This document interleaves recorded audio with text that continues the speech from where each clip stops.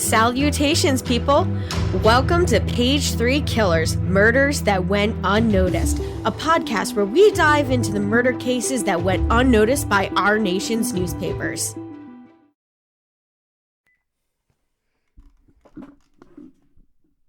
Hi, Shay. Hi, John. Hi, everyone. Hi, guys. Welcome back. And this is episode 32, Page 3 Killers. Whoop, whoop. 32. You let me finish. Murders that went unnoticed. Yes. And we have an old one for you guys. Sort of a continuation of the episode that we just did recently. Probably one episode back. We talked about the servant girl annihilator. Who was a possible Jack the Ripper suspect. Well, this guy that we're going to talk about today is also another possible Jack the Ripper suspect. Everyone's a Jack the Ripper suspect. If you were alive, people think you might have done it. Yeah, at this time, definitely. So that you know, this case comes out of 1891, 1892. Out of England is the final part. But this actually stretches from over 3 countries. So we're going to talk a little bit about Canada, which is where he got started. Then he moved into the U.S. And then he moved to London, England. So super, super interesting case. Super excited. This is my excited face. Not very excited, are we? So today I have a really neat cocktail. Kind of themed appropriately. Made with Empress Gin. Ooh, I'm so excited. And it sort of matches with my hair and our color for our background today. Now, babe, did you want to do anything before we get started? Say thank you to some patrons. Yeah, it sounds like a good idea. Who we thanking? We'll be thanking Ralulk, whoever that is, and Chelsea. Awesome. Whoever that is. Yes, thank you guys for donating on Patreon. If anybody else wants to become a prime suspect of ours, they can join us on Patreon and support their favorite podcast. Our link will be down in the bio. Patreon.com/Page3KillersPodcast. Very easy to remember. Yes, it is. Now, I chose to pick 1892 for this, because that's the year of the conclusion of this whole thing. So we had some interesting news stories come out of that year. Now we're going to start off that year with February 27th. We have Rudolph Diesel applies for a patent on his compression ignition engine, aka the diesel engine.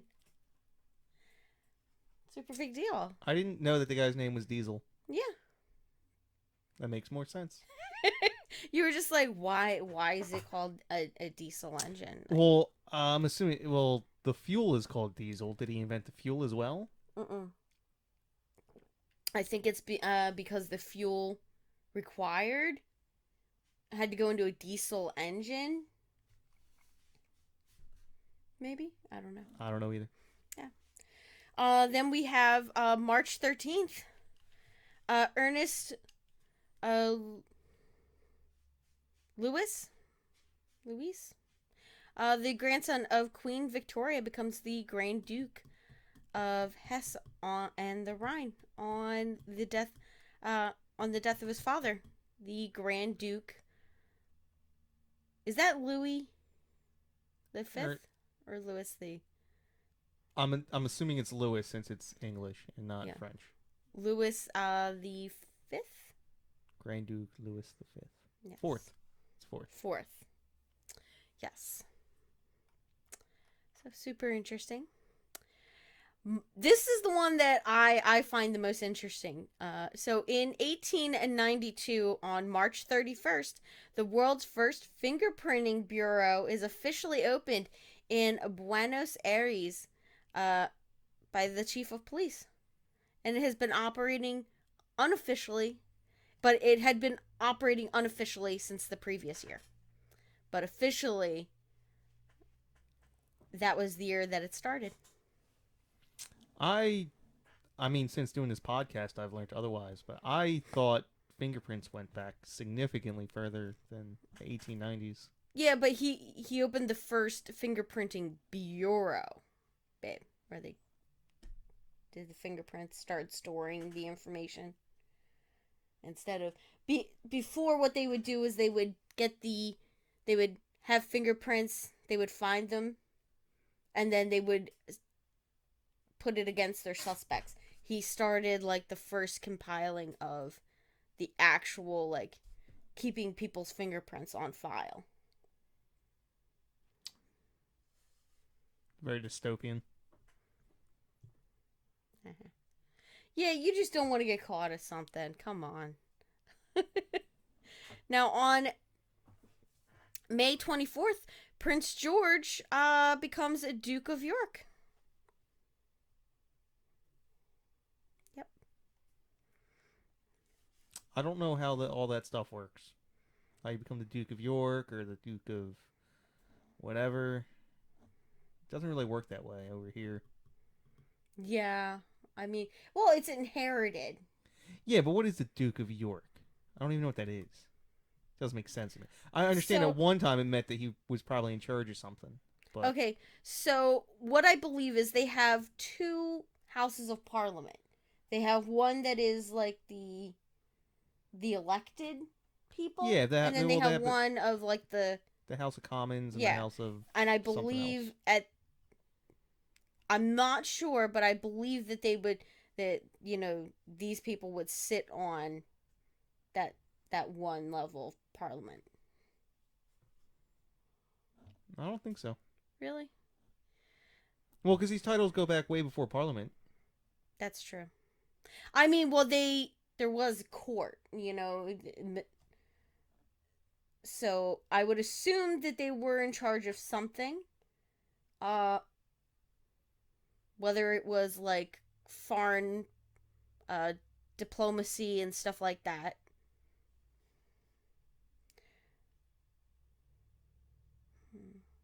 All right, let's move on. Yeah. Now, on June 5th, we had an oil fire in Oil City, Pennsylvania, that kills 130 people. Nobody saw it coming. That there was an oil fire in Oil City. How was that not foreseeable?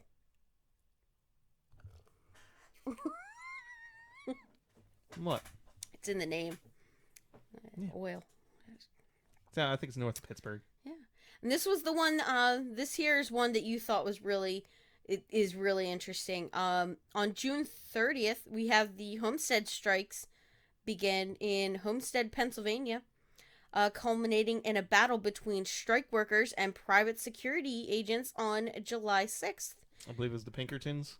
Yes, it was the arrival of a force of 300 Pinkerton detectives from New York and Chicago, resulting in a fight that killed 10 men on July 6th, day after your birthday.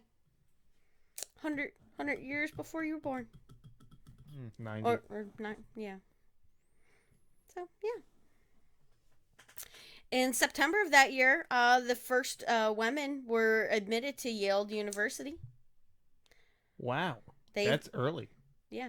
They're the first, the first admitted group of women graduated from Yale University in 1892. I don't think women are allowed in Princeton for like another 50 years. Fuck Princeton. Everybody knows Princeton's not big news. Well, it's always Princeton and Yale, number 1, number 2. Yeah.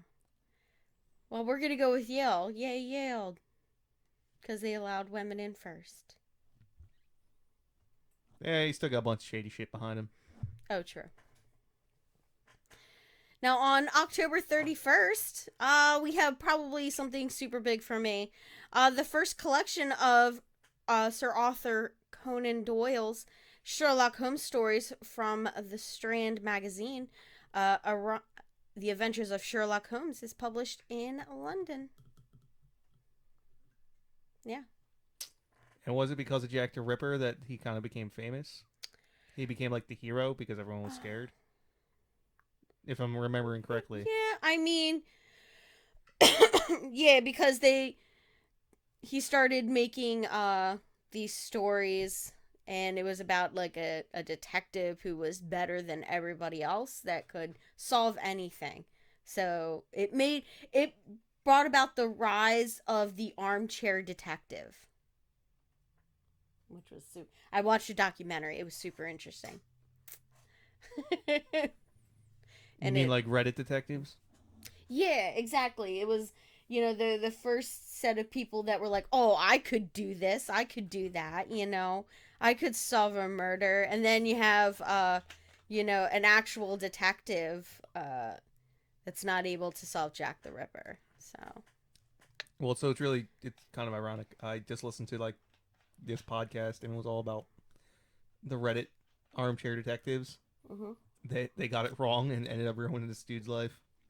Yeah, and that was the Elisa Lamb Oh yeah. investigation. Yeah. So, everybody knows that okay, so it all started because this video was circulated of her acting very erratic in an elevator, and they were like, "Oh, she's talking to somebody. Why is it that like the film jumps and stuff like that?" So they're like, "What are they trying to hide?" Which I think is people's natural skepticism of of just authorities in general. But yeah, it turned out that it was just a simple case of she went off her medication for her disorder and had a psychotic break and accidentally locked herself in a water tower, or like got in and then couldn't get out because the water level dropped, and she could no longer reach the top. So then she just got tired and just drowned. And here, like, everybody was like, "Oh, it was murder, CIA conspiracy, it was a police cover up." Yeah, and then they blamed that one guy in he was a punk metal, what it was like, death metal uh singer.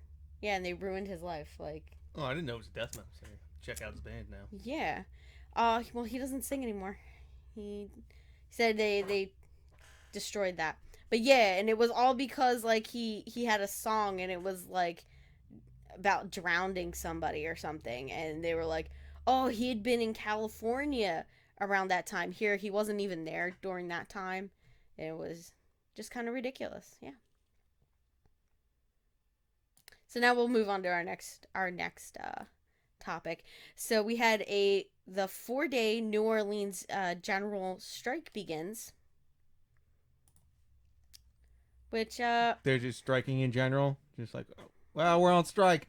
What for? I think it was We're just on strike. Don't worry about I it. think it was the dock workers. Because they seem to be striking a lot around that time. I feel like Everybody's that was striking a lot around this time. yeah, because the work conditions were deplorable. I probably would have quit and just been like, "Listen, I'm gonna go into farming. I'm not gonna work in a factory. Well, that's the We're gonna problem. go south and work in a farm." Well, that's the problem. 40 years earlier, they all would have been all farms, but turns out it was actually better to work in these factories than it was to work on the farms. Wow, really? Well, then why else would you be working in the factory if you could be working on a farm? Nothing was stopping them. Yeah, I mean, well, we had the Industrial Revolution, and Yeah, and at this time, working on a farm was still back-breaking labor, and like I they mean, may so have was worked 12 working in hours. factories. Yeah, but they may have been working 12 hours a day, 6 days a week. But on a farm, you'd be working 16 hours a day, 7 days a week. And if something went wrong, you just died. Right? You didn't grow crops that year. Oh well, you don't eat. At least working in a factory, you weren't gonna. You're always gonna get a paycheck. Yeah, but then there's no food for you to eat if there's nobody doing farming. Well, that's why not everyone doesn't do farming. Yeah. All right, we're gonna move on before we start arguing about it. You're wrong. I'm So, right. no. So Andrew Carnegie combined all of his separate businesses that year into the Carnegie Steel Company, allowing him to gain a monopoly in the United States steel industry. I think they said he was the second or third richest human being ever. Really? Yeah, it's a gentleman named by Mansa Musa, I think is how you pronounce it. He was the king of Mali in Africa. Yes, I remember listening to that thing. He is considered the world's richest man, and they estimate that his and this was in like the 1500s. His net worth would be around $600 billion today. Wow. That's a lot. Yeah. And then you had Carnegie and Vanderbilt. Rockefeller, Vanderbilt, one of the two. They were in like the 3 to $400 billion Wow. net worth, and now you just have Jeff Bezos gunning for him. Yeah. Well, there you go, Jeff. Go for it. Maybe it was J.P. Morgan. I forget. It was either J.P. Morgan, Rockefeller, or Vanderbilt. I believe they did either last year or the year before. They did a whole series on. Oh yeah, history. The Titans businessmen. of industry. Yeah, the Titans of industry. It's like 5 years. It was like 5 years ago. It was a while ago. No, it was like more. They did one more recently, and it looked really good on Discovery Channel. I'll have to look for it, but it looked like it would have been really interesting. Like 5 years ago.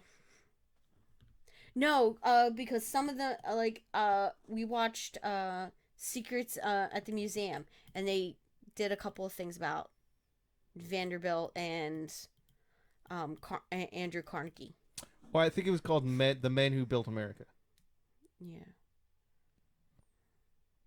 Oh yeah, I remember that one. Yeah, but they did another one that was more recent. Carnegie's. I like. I don't even know what I say. Carnegie. I think it's actually pronounced Carnegie. Yeah, that's what I pronounce, Carnegie. But he was Scottish, so you never know. Yeah. Well, he was American Scottish. So. He was born in Scotland. He was born in Scotland, really? He's talked with a Scottish accent. Yeah. He was. Oh yeah, he was a dirt poor immigrant when he came over here. His parents came over here. Yep. That's what America was built on, right? It was like funny thing is if you look at pictures of him and how he dressed, like he looks like a leprechaun. He was short. he was just over 5 foot tall or something like that. Like the guy's kind of a leprechaun. Oh my! I mean, I understand it's Irish, but like it's all the same thing. I'm gonna have to like look him up because you know what? They don't portray him like that in things when you see him in things. They don't portray him like that. Yeah, they do because he was pretty short, especially compared to like other successful people at the time. Like I guess people were relatively short back then. Yeah, my average height was like 5'6" or something like that, and he was even short for the time. It's like what they were saying, like people were much shorter back in the day, like, and I'm not sure why. Maybe it nutrition. Was like nutrition. Yeah, because I remember them saying, "Oh yeah, you notice how doors are shorter in Williamsburg," and they were like, there was a couple reasons why, and they're like, one, people weren't that tall. Two, it was easier to close up a smaller doorway in winter than a bigger one. Oh yeah, there's less what seepage of the heat seepage. But yeah, like I think what George Washington. I mean, we're talking 1700s now, but he was only like 6 foot something, 6'2", 6'3", and he was considered like Shaquille O'Neal. He was a monster in his day. Oh my gosh, yeah. Could you just imagine somebody that tall sitting on top of a horse? Like, yeah, you would be kind of tall, like really tall to people. Well, I think the horses were smaller too. Yeah. Moving on. Yeah. We spent way too much time on that one. That's okay. Now, for our seedy side, August 4th, we have the father and stepmother of Lizzie Borden are found murdered in their Fall River, Massachusetts home. And it's investigated, and it's believed that Lizzie Borden axed her dad and her stepmom. What's the little song? Lizzie Borden took an axe and gave her father 40 whacks. When she saw what she had done, she gave her mother 41. Yeah. But she got away with it. Yeah, she did, because they couldn't prove it. I mean, please. I don't think it was her, personally. I think it was just because she was an ambitious woman that wanted more. And it made her look guilty.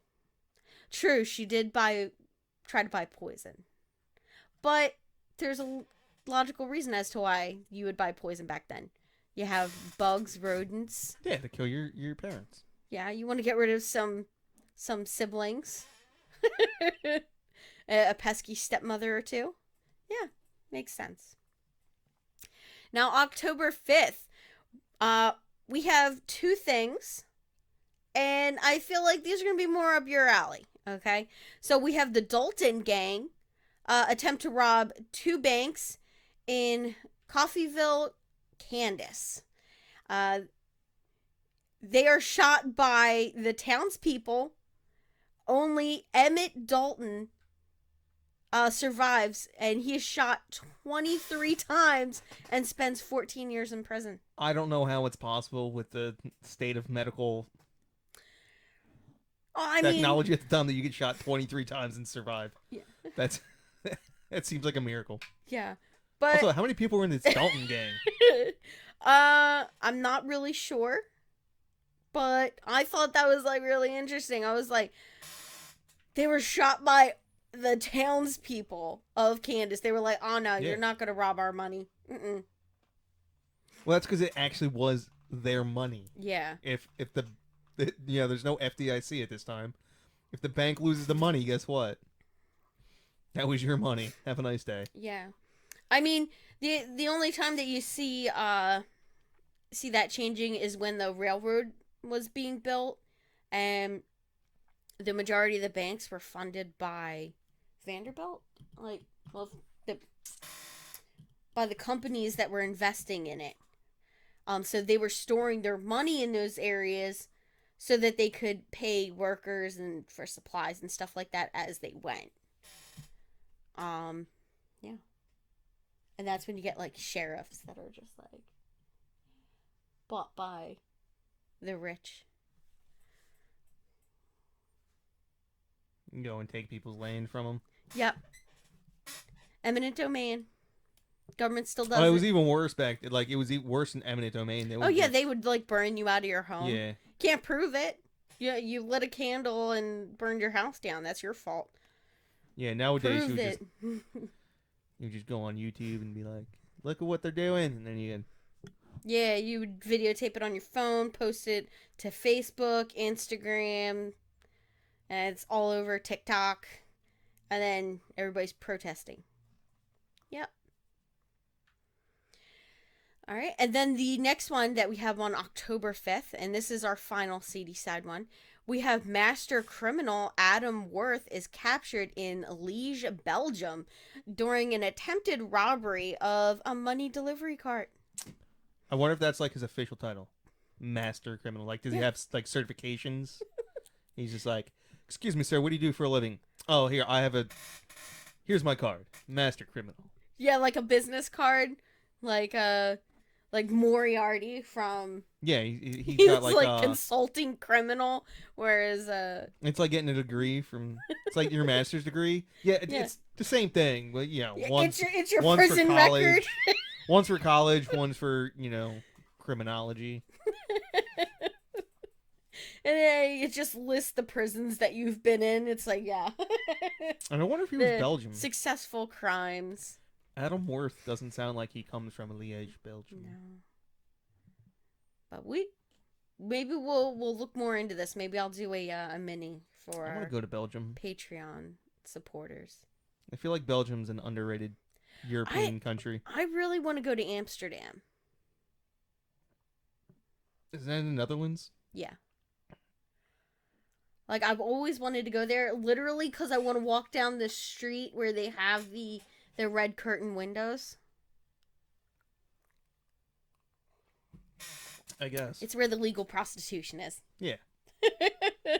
It's like the curtains are open when they're not busy, And when they're open for business, the curtains are open. When they take in a client, they close the curtains. Yeah. So now we're gonna get into our topic. We're gonna About start. time. Yeah, we're gonna start talking about Thomas Neill Cream, and this is a doctor, Thomas Neill Cream, and he is known as in England as the Lambeth Poisoner, and he's known to have killed in 3 countries. See, Lambeth Poisoner. I don't like that one. Yeah, I wouldn't. Yeah, It's weak. I know. I'm all about my nicknames. Like the Dalton Gang. I ain't fucking with them. Yeah, like they got a cool nickname. And I'm just saying, he is a possible Jack the Ripper suspect. I mean, I feel it's very unlikely. I think it's a little bit of a stretch, but who knows? Maybe it was him. I'm gonna write a book about my theory that Jack the Ripper didn't even exist. Really? He doesn't exist. Huh. Those women were never murdered. Well, no, there's pictures of these women. It was all staged. Like, why? So... The government? I don't know why yet. Or was it like, could it have been like, okay, so... These crimes destabilize the people's confidence in their government and their police force. So could it have been somebody trying to overthrow the British monarchy? Maybe. Also, the concept of a police force was very young at this point. London did have the world's first police department. Yep.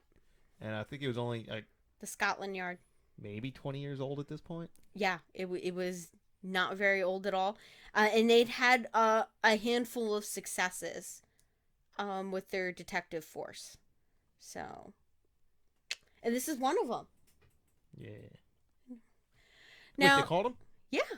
This guy we'll get into it. But yeah, they caught this guy. So he's not Jack the Ripper because they didn't catch Jack the Ripper. Well, I don't want to ruin it, babe. You got it. Oh, you guys, he's trying to ruin it for you. Now let's get into this. So we're going to talk about Thomas Neill Cream's early life. So he was born originally in Glasgow. And his family moved to Canada in 1845, and he was raised right outside of Quebec City. Now, he attended McGill University in Montreal and graduated with an MD-CM degree in 1876, and I believe that is a medical degree. And his topic thesis was chloroform. Yeah. Hey, smell this rag. Yeah. Smell like chloroform to you? And then they just pass out. It was a big problem in the Navy. Really? Yeah. There was a rash of chloroformings. Because you guys are just gonna sniff rags? No, because people were raping people. Like guys in the Navy raping people? Yeah. On the ship? Yeah, because that way they'd be knocked down. They wouldn't make any noise. Like, not my ship, but... Oh, okay. There was I think it was in, like, the late 80s, early 90s. There was a rat. Like, it became an epidemic, almost. Oh, wow. Yeah. Now, his postgraduate training was at St. Thomas Hospital Medical School in London. In 1878, he obtained additional qualifications as a physician and a surgeon in Edinburgh. He then returned to Canada to practice in London, Ontario, where he met and married Flora Brooks in 1876. And Flora dies in between his surgical qualifications and his move back to Canada. She dies of apparently consumption in 1877, but that is highly suspect, to say the least. Because now we're going to get into the murders. And it is possible that she was his first victim. So, yeah. Now, in London, Ontario is where he started. Well, it's believed that he started his reign of terror in London, Ontario. We're not too sure if he committed murders anywhere else. But they believe this is when he started. So in August of 1879, Kate Gardner, a woman with whom he had an alleged affair with, was found dead in an alleyway behind his office. She was pregnant and poisoned with chloroform. Knew it. Which, Thomas here, our friend Thomas, liked chloroform. Now, he claimed that she had been pregnant by a prominent local businessman, but after being accused of both murder and blackmail, he fled to the United States, to Chicago. Makes sense. Yeah. Now, once in Chicago, he established his medical practice not far from the red light district in Chicago, and he offered illegal abortions to prostitutes. I imagine it was a very lucrative business at the time. Yeah, it was. Now, he was investigated in August of 1880 after the death of Mary Ann Faulkner, a woman that he had allegedly operated on, but he escaped prosecution due to lack of evidence. So the police couldn't find any evidence that he did anything wrong. Now, in December of 1880, another patient, Miss Stack, died after treatment by Dr. Cream. He subsequently attempted to blackmail a pharmacist that had filled her prescription. And then in April of 1881, a woman named Alice Montgomery died of strychnine poisoning following an abortion that he performed. Now, Alice died in a rooming house a block from his office. The case was ruled a murder, but it was never solved. The location, time, and method makes him a very likely suspect. Now, on July 14th, 1881, Daniel Scott died of strychnine poisoning in his home in Boone County, Illinois. Boy, this guy's on a roll. Yeah, so his death occurred after Dr. Cream supplied him with an alleged remedy for epilepsy. The death was attributed to natural causes, though. But following this next part, you might think is a little fishy. So, Dr. Cream wrote to the coroner blaming the pharmacist for the death after, again, attempting to blackmail the pharmacist into paying him money to not say that it was this guy's fault. And so, I mean, the pharmacist is like, well, no, it's definitely not my fault. I just filled a prescription for what was written on the paper. I didn't kill anybody. So they didn't fall for it, and they did not give in to his blackmail attempts. Now, at this time, Dr. Cream is arrested along with his mistress, a Miss Julia A. Scott, who was married to Daniel. Is it Scott or Stott? You have Stott. Oh, I'm sorry, Stott. Okay. Yes, it's Stott. Sorry. Yeah, so she procured the poison from Dr. Cream to kill her husband. she turned state evidence to avoid jail time, and she laid the blame on him. And he was sentenced to life imprisonment in Joliet prison. Well, It's Joliet. It's a really short episode. He's already, in prison for the rest of his life. We're like 10 minutes after. We're only 10 minutes into the actual episode. I'm just saying that's not. Okay, let me read the next part for you, babe. All right. So, he was released from prison in July of 1891. Why? The governor, Joseph W. Pfeiffer, had commuted his sentence after Cream's brother pled for leniency and allegedly bribed the authorities. Oh. Well, that makes sense. Mm-hmm. So, weird fact, just for everybody out there. On the one night, an unknown person or persons erected a tombstone at Daniel Stott's grave, which read, Daniel Stott died June 12th, 1881, aged 61 years, poisoned by his wife and Dr. Cream. Yeah. So that's what his headstone says? Mm-hmm. Yep.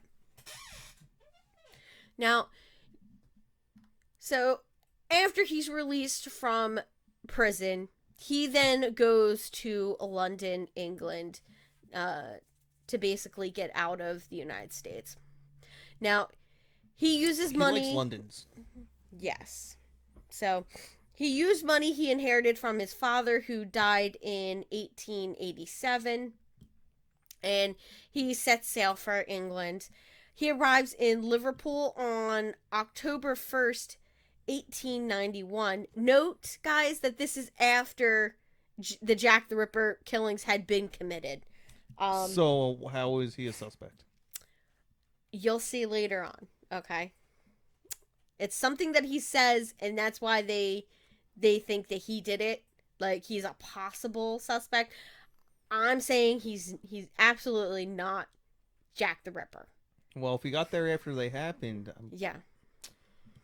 I'm not the brightest person on the planet, but I think that rules him out. It does. But at the time, nobody ran that down. Now, he went to London and took up lodgings at 103 Lambeth Place Road. Well, Lambeth Palace Road. Palace Road, sorry. Lambeth Palace Road. Now, at the time, Lambeth was riddled with poverty, petty crime, and prostitution. And on October 13th, 1891, Nellie Downworth, a 19-year-old prostitute, accepted a drink from Cream. You fool. Yes, very foolish. She fell severely ill, and the next day she died. And on October 16th, they found that she had died from strychnine poisoning. During her inquest, Dr. Cream wrote to the coroner, offering to name the murderer in return for a £300,000 reward. That's a lot of money. Reward if you're the one who killed her? I don't think so. It sort of defeats the purpose. I've always wondered that. But of course, he would not give his own name. Now, he also wrote to W.F.D. Smith, owner of the W.H. Smith bookstalls, and accused him of the murder and demanded money for his silence. Which the guy didn't fall for that. Now, on the 20th of October, Cream met with a 27-year-old prostitute named Matilda Clover. Now, she became ill and died the next morning. At first, her death was attributed to alcoholism, because at this time, people lived, you made enough money that day to maybe have a place to stay for the night, your booze and your food, your dinner. and maybe something for the morning. And then you went to work and you did it all over again to hope that you could make enough money in the day to go back to the same place you were staying at before. Now, Cream wrote to the prominent physician, Dr. William Broadbent, accused him of poisoning Matilda, and demanded cash. Now, this doctor... he's only got one play in his playbook, and it doesn't seem to work very often. Yeah, I'm just like, listen, if it didn't work the first 2 times you did it, I wouldn't try it again. But I'm guessing that it probably worked a dozen more times that nobody knows about. Because somebody just didn't want to, like, be pulled into a scandal or something like that. Now, Dr. Broadbent, though, is suspicious of this, and he turns the letter over to Scotland Yard. So, on April 2nd of 1892, after a vacation in Canada, Cream was back in London, where he attempted to poison Lou Harvey, who also went by Lewis, and Harris. Now, Lou was suspicious of him and pretended to swallow the pills that he had given her. Oh, I'm sorry, it was Louise. I looked at that wrong.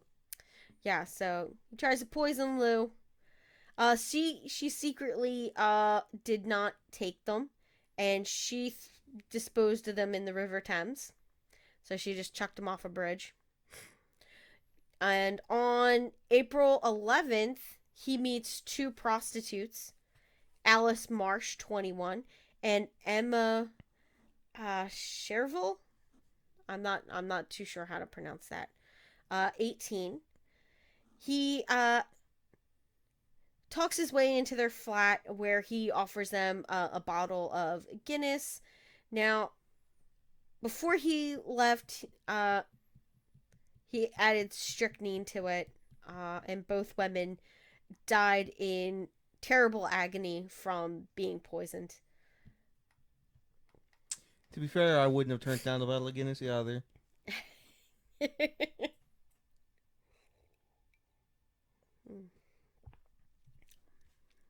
You didn't put anything in that strychnine? Find out tomorrow morning. You're terrible. All right, so I know what you're thinking. Like, right now, he's gotten very lucky, and he's gonna get away with it. Not so fast. No, because every prostitute he seems to meet dies. I think it's a dead giveaway. Yeah.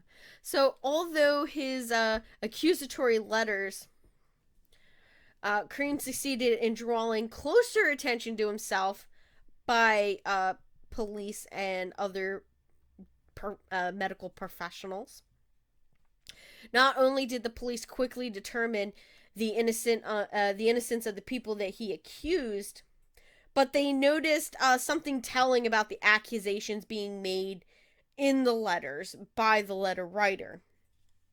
Now, he had referred to the murder of Matilda Clover, but at the time, her death had been registered as natural causes related to her drinking.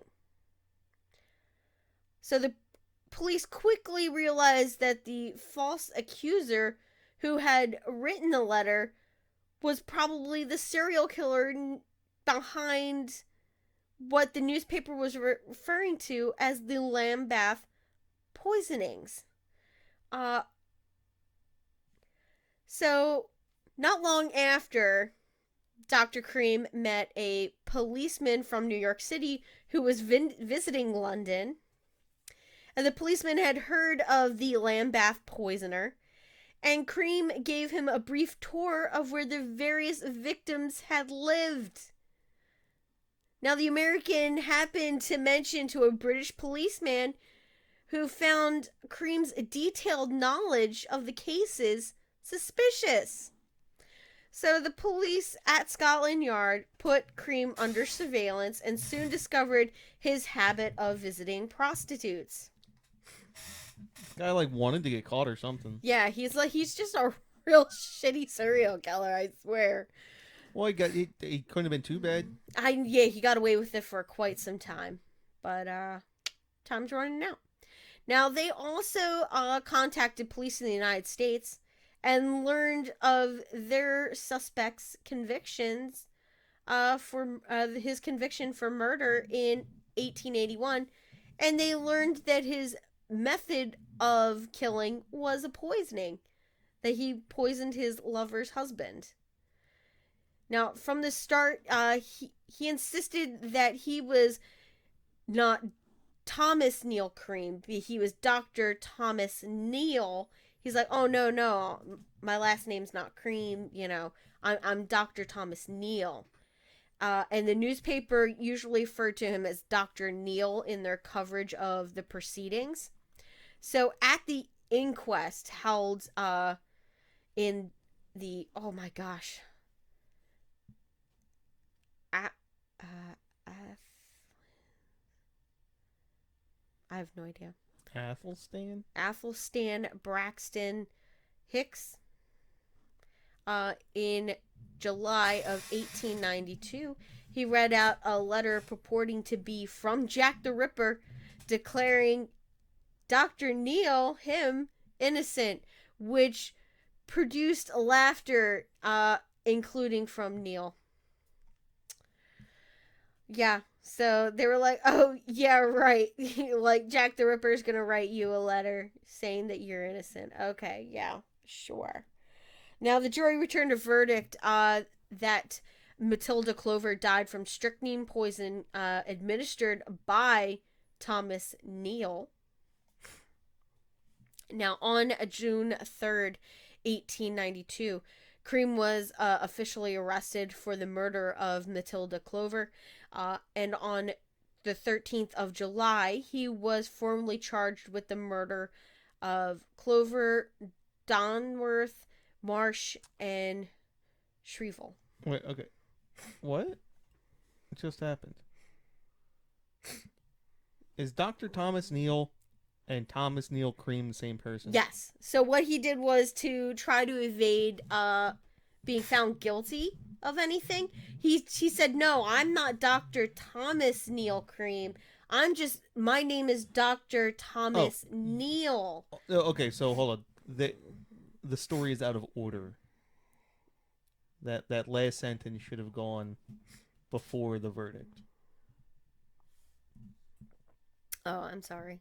Okay, that's why I was confused. I was like, wait, they returned a verdict and then they arrested him. That doesn't make any sense. Yeah.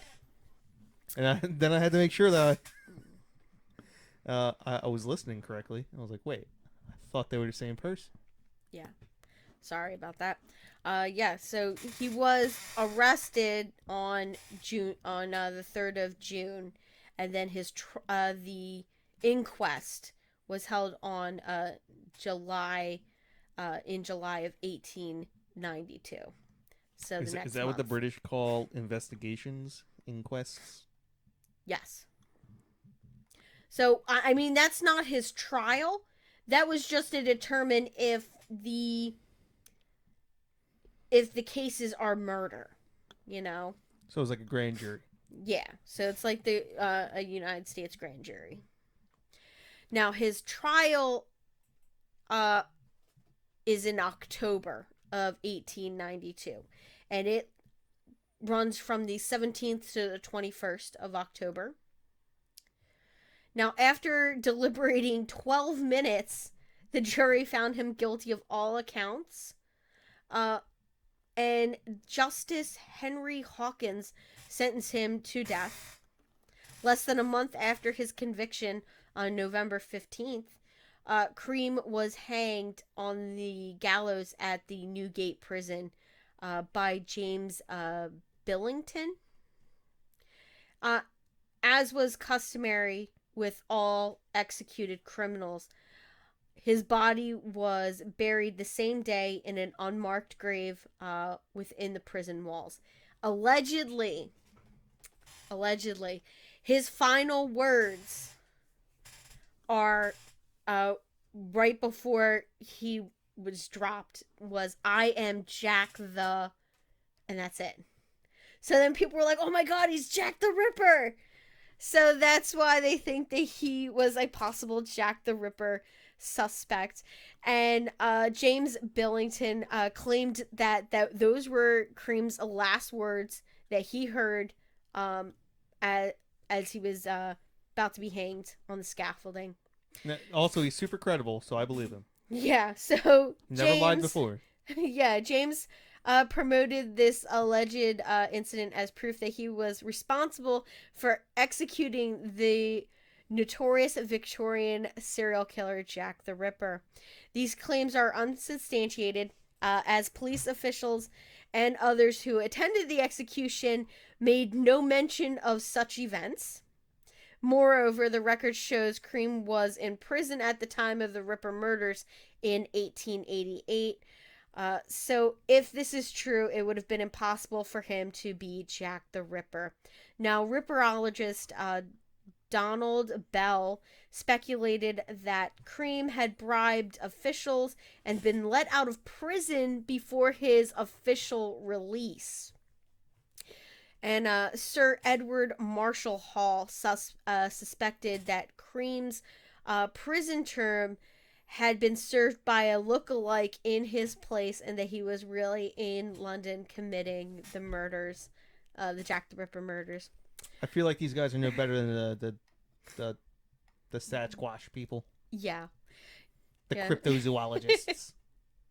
So he's a Ripperologist. I need some credentials. I want to know what school you went to get your degree in Ripperology. Yeah, they don't have one. That's what I thought. They're armchair detectives, babe. Now, such notions are... Well, the one guy's a sir. He's legit.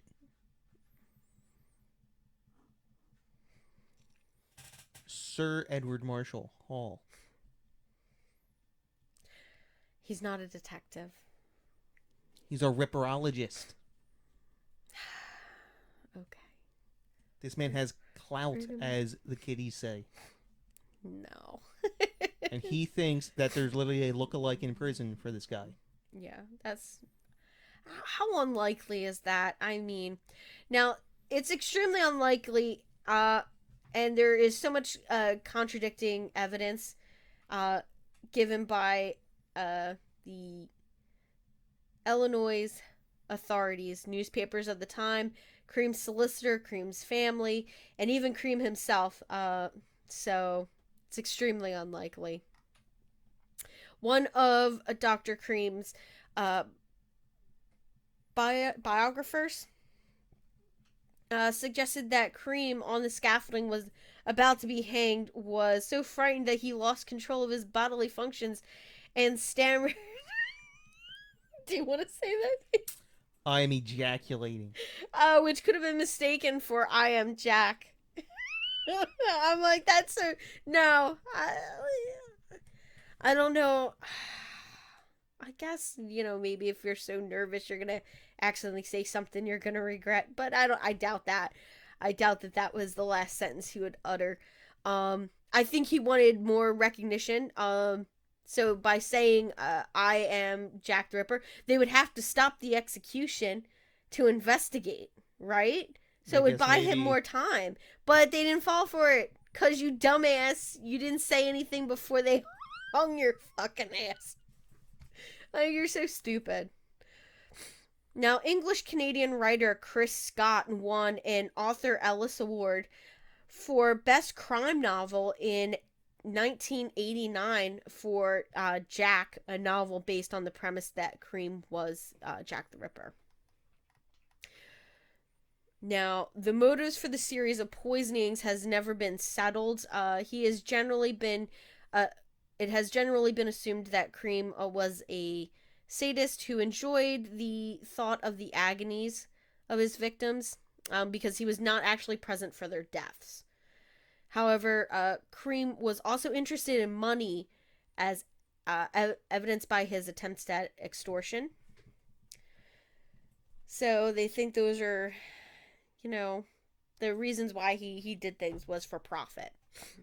Now, from the start of the series of crimes, he often wrote blackmail notes to prominent people, I guess in the hopes of, somebody just caving and giving in, just to avoid the hassle of being possibly dragged through the mud and having their whole life turned upside down and investigated and stuff like that.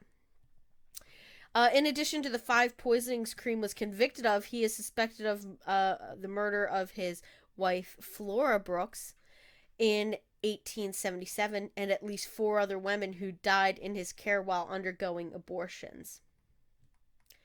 Now, in pop culture, on April 12th of 1959, in season 4, episode 27 of Alfred Hitchcock Presents, is a story titled The Waxworks. Neill Cream's name prominently appears on a sheet of paper viewed by the protagonist in that. That's a stretch. Yep. Okay. Yeah. Agatha Christie, in her novel Cat Among the Pigeons, which was published in 1959, through the voice of a minor character, lists Jack the Ripper and Neill Cream as good examples of people who went about killing an unfortunate type of woman.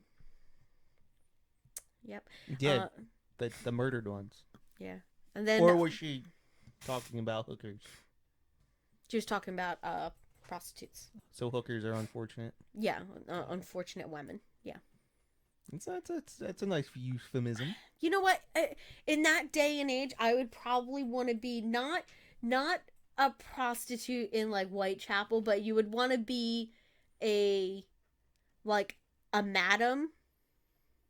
So you want to be a pimp? Yeah, you own a bordella or be one of the stars. Because they had more freedom than regular society women. So, like, when you got married, you were property. But if you were a madam and, you made your own money and you sat really outside of the influence of much of society. There's a really, really great book by Thaddeus Russell. How they civilized the West? No, well, yeah, basically how women out west, the madams, really kind of had an influence on culture. Oh yeah, like there was like a one that I was like, oh, I really want to talk about her. I can't remember what her name was, but I have to look it up. But she wanted, Nevada was like the first state to allow women the right to vote. Basically because she was like, listen, those fools, you don't give us the right to vote. She's like, I guarantee you, we will not be servicing you when you come in next. So she sort of, in their town, got women the right to vote. Women were allowed to vote years before they were allowed to in the United States. Those weak men. Well, when you have 10 women to like 50 or 60 men, what else are they gonna do?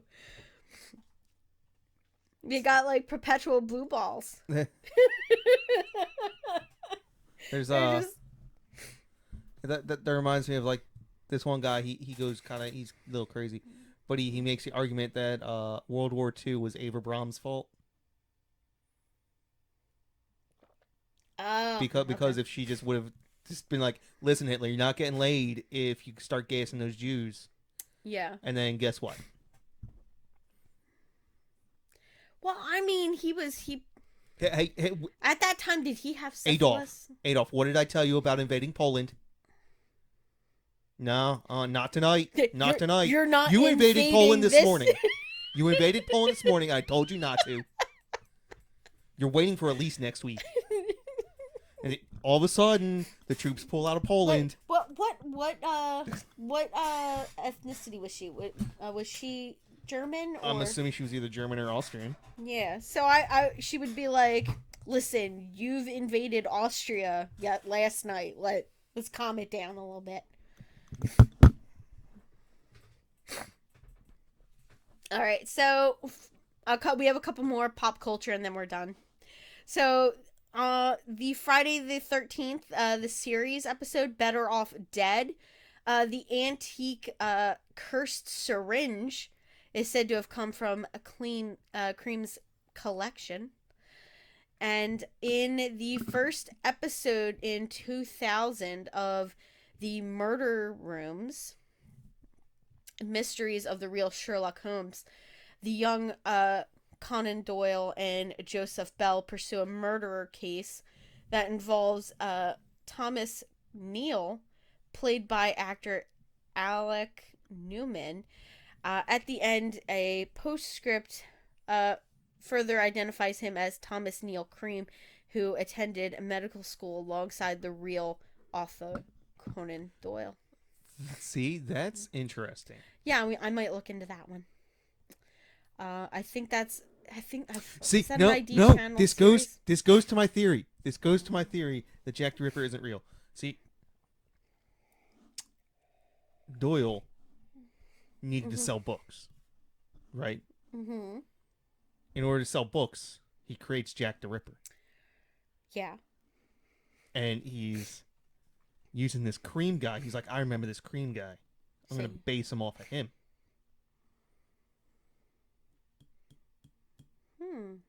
Jack the Ripper wasn't real. You heard it from me first.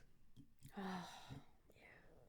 And then the most recent one in 2015's BBC One television series River, Cream appears frequently in conversation with D.I. John River as a manifest. So basically, like, I've seen the first season of this show. I have not seen the other seasons of it. Basically, this DI, I think he has like some issues mentally, but yeah, so he solves murders using by being able to discuss the case with like some sort of like projection of his own mind, which takes the form of like his old partner, and kill her. Which is interesting. I liked it. I liked the first season, the first couple episodes that I saw, but I didn't get a chance to see the rest. So yeah, this was Dr. Thomas Neill Cream, possibly but not really Jack the Ripper. He was definitely the Lambeth Poisoner. Nobody is Jack the Ripper. Nobody is Jack the Ripper. You hear me? Nobody.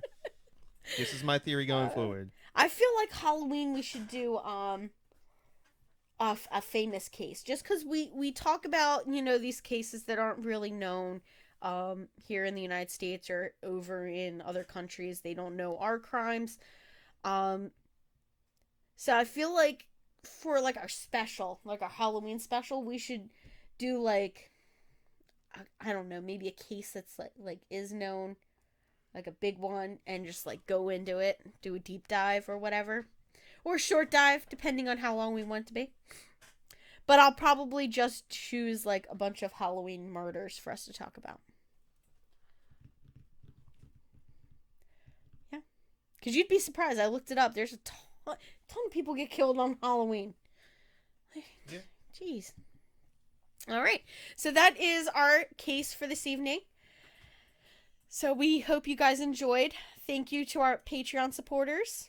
Have a nice night, guys. Bye. Bye.